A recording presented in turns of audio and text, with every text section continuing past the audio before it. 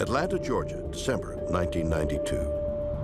17-year-old Amy Tippins is having difficulty breathing. Suspecting that she has some form of pneumonia, she makes an appointment with her family doctor. But the actual diagnosis she receives is, in a word, shocking. My senior year in high school, I started developing what I thought was pneumonia, and then when they went in and do some further testing, they realized I didn't have a pneumonia. It was actually a tumor pushing on my diaphragm and making it much harder for me to breathe. And I was in full liver failure. They said she needs to have a transplant or she'll hemorrhage to death. With time running out, Amy received her new liver and survived. But in the months following her transplant, she found herself exhibiting interests and abilities that were not only new to her, but also surprising. Not long after surgery, some things about myself and some of my traits had changed. Within a couple years of my transplant, I really started to love projects like replacing flooring on my own. I never saw flooring being put in. I never saw anything like that being done.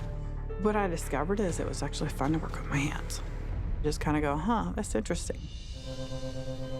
Of course, it isn't surprising that people who have had life-saving transplant operations often report experiencing a new outlook on life.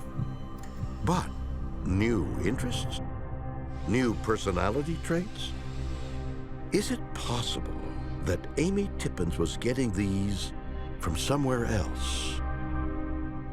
I knew my donor was a male. I knew he was 47 and that he had been killed in a car wreck in Columbus, Georgia.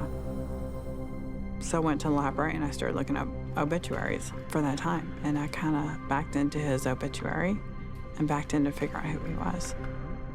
What I discovered is he was a police officer. He was 47 and his name was Mike. His sister told me that he did a lot of his own home renovation. He also liked to work with his hands. He liked to do projects. When I found out who my donor was, it made a lot more sense on why some things about myself and some of my traits had changed after transplant.